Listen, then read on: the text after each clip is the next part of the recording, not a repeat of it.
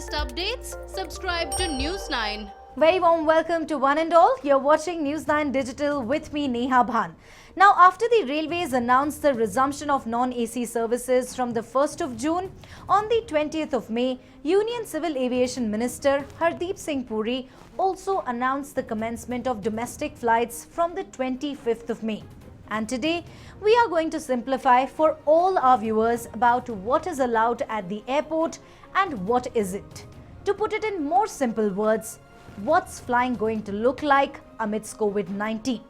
The Airport Authority of India has issued standard operating procedures to the airport operators. To begin with, let's get this one thing clear. COVID-19 has completely changed the way we live, or at least we used to live. Let's now discuss the standard operating procedures announced by the Airport Authorities of India. Firstly, downloading of Arogya Setu app has been made mandatory, but not for those who are below the age of 14, and only those who show green status will be allowed inside the airport premises. It has also been made compulsory for the passengers to do web check-in. Unlike ordinary times, the passengers will also have to arrive at the airport at least 2 hours before the flight departure. Time to enter the terminal building, however, has been reduced to 4 hours. Wearing of masks and gloves is compulsory for the passengers, goes without saying given the fact that COVID-19 threat has not subsided. Thermal screening also is compulsory for all the passengers, and only those who are asymptomatic will be allowed inside the airport premises. Social distancing has also been given utmost importance, but as per the minister, the middle seat will not be left vacant. The minister, however, has ensured that this does not impact social distancing at all. Now, one of the most frequently asked questions is, what about the luggage one can carry? This also has been answered. Only one check-in bag and only one cabin bag will be allowed. All staff should have hand sanitizers and personal protective equipment as per the direction given by the Home Ministry. Mats soaked in bleach will be placed at the entry for the disinfection of shoes. While these were some of the do's, let's also give you a brief of some of the don'ts. If at all you have booked any flight, it has also been made compulsory to travel either in authorized taxi or personal vehicle, which means you cannot travel in public transport. In this case, many states have also not lifted lockdown. Elderly people, pregnant women have also been advised to refrain from travel given the threat COVID-19 poses. Passengers hailing from the containment zones will not be eligible to fly due to safety of other passengers. Travel is also not advised if the passenger had tested positive in the past. If at all you have tested positive once, you will not be allowed inside the flight. So if any passenger who undertakes journey and is not supposed to do that will be liable for penal action.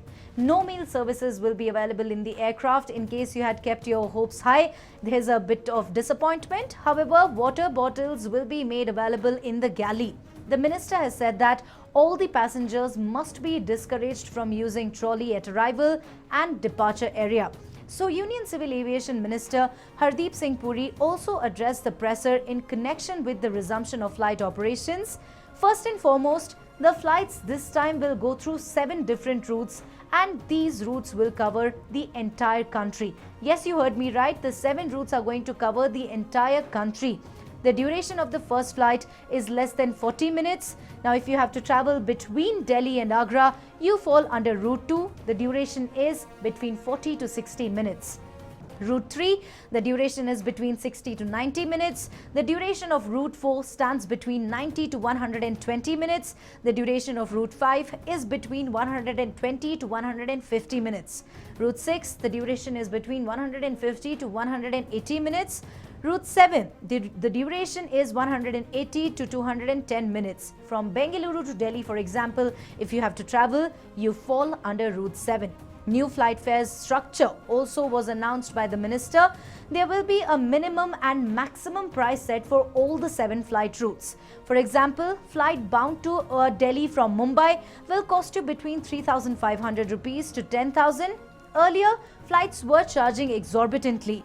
To ensure that does not happen, a minimum price and a maximum price has been set. A minimum fare and a maximum fare. In the case of Delhi-Mumbai, the minimum fare would be 3,500 rupees for a journey which is between 90 minutes and 120 minutes, and the maximum fare would be 10,000 rupees. International flights will continue to remain non-functional till the next guidelines set out by the centre. All said and done, this is the harsh reality we all have to live with. COVID-19 has changed the dynamics of the entire world. Do keep in mind these points before booking your flights.